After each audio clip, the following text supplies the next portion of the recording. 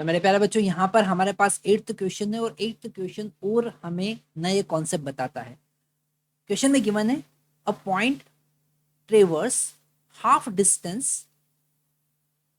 with velocity v naught and remaining part of the distance was covered with v1 for half time and v2 for other half time. Find the mean velocity of the point average over the whole time of motion. तो यहाँ पर जो complete motion है वो complete motion जो है वो 3 part में डिवाइडेड है। कंप्लीट मोशन जो है वो 3 पार्ट में डिवाइडेड है।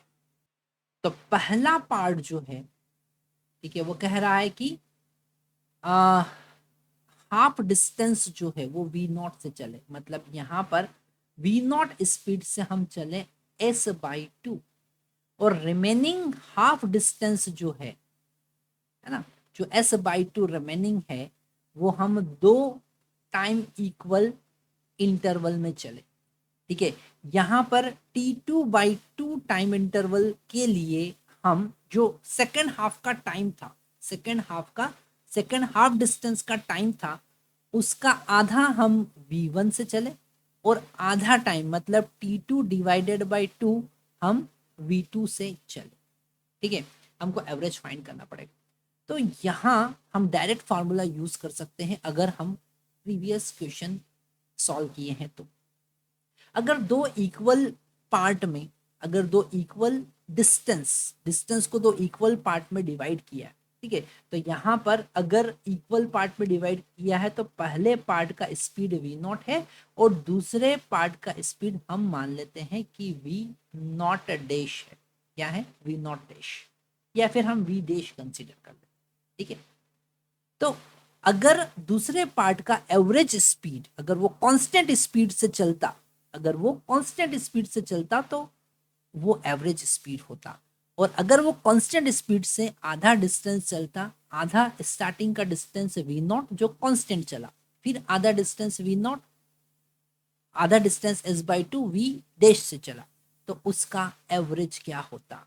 उसका एवरेज क्या होता हम ऑलरेडी डिस्कस कर चुके हैं। उसका एवरेज होता 2v not into v dash divided by v not plus v dash. ठीक है, अगर ये वाला पार्ट समझ में नहीं आया तो आपको क्वेश्चन नंबर 5 आई थिंक देखना पड़ेगा, जिसके 3 पार्ट थे और फर्स्ट वाला ए पार्ट हमने देखा था। अब यहाँ पर v डैश क्या है? v डैश जो है वो सेकेंड हाफ b2c का एवरेज है। क्या है? एवरेज। एवरेज क्या होता है? कांस्टेंट, है ना। तो अगर वो कांस्टेंट स्पीड से, पर कांस्टेंट से नहीं चल रहा हो, पर अगर चलता तो कितनी स्पीड से चलता? वो है v1 प्लस v2/2। अब ये कहाँ से आया? अगर हमने इक्वल टाइम में v1 v2 से चला है तो एवरेज स्पीड कितना होता है? v1 plus v2/2। तो यहाँ पर v डैश का वैल्यू हम पुट करेंगे, वो हो जाएगा 2v not into v1 plus v2 divided by 2 divided by v not plus v dash का वैल्यू फिर से पुट करेंगे, v1 plus v2 divided by 2। Okay, अब इसे हम आगे सॉल्व करेंगे तो यहाँ एलसीएम लेना पड़ेगा हमको। हमको मिलेगा 2v not into v1 plus v2 divided by, यहाँ इसका मल्टीप्लाई हो जाएगा तो 2v not plus v1 plus v2। Okay, ये हमारा फाइनल आंसर होगा। तो यहाँ पर अगर आप एवरेज स्पीड का कॉन्सेप्ट समझ गए कि टाइम इंटरवल अगर इक्वल पार्ट में डिवाइड होता है तो एवरेज स्पीड कैसे फाइंड करते हैं, तो आप डायरेक्टली यहाँ पर यूज कर सकते हैं। और अगर ये कॉन्सेप्ट हमको समझ में नहीं आता तो मेथड 2 भी आप देख सकते हैं, जिसमें अलग अलग टाइम आप फाइंड कर लो। ठीक है, यहाँ पर आप अलग अलग टाइम फाइंड कर लो। जैसे अगर आपको t1 फाइंड करना है तो t1 क्या होगा? t1 होगा s/2 divided by v not, है ना। t1 क्या है? a से b तक का टाइम। तो यहाँ से t1 हमको पता s divided by 2v not. अब हम t2 फाइंड करेंगे, तो t2 फाइंड करने के लिए हम क्या करेंगे? इस s/2 और s/2, तो टोटल डिस्टेंस जो चला s/2, वो पहला डिस्टेंस v1 स्पीड से चला t2/2 टाइम के लिए, और दूसरा डिस्टेंस v2 से चला t2/2 टाइम के लिए। ठीक है, तो यहाँ पर ये 2 2 2 तो कैंसिल हो जाएगा, हमको t2 का वैल्यू मिलेगा S divided by v1 plus v2। Okay, अब हम एवरेज स्पीड का फॉर्मूला लगा देंगे। ठीक है, एवरेज स्पीड क्या कहता है कि total distance divided by total time, यही कहता है ना। तो यहाँ पर हम पहले हमारे वीडियो को पॉज करते हैं, छोटा कर देते हैं, है ना।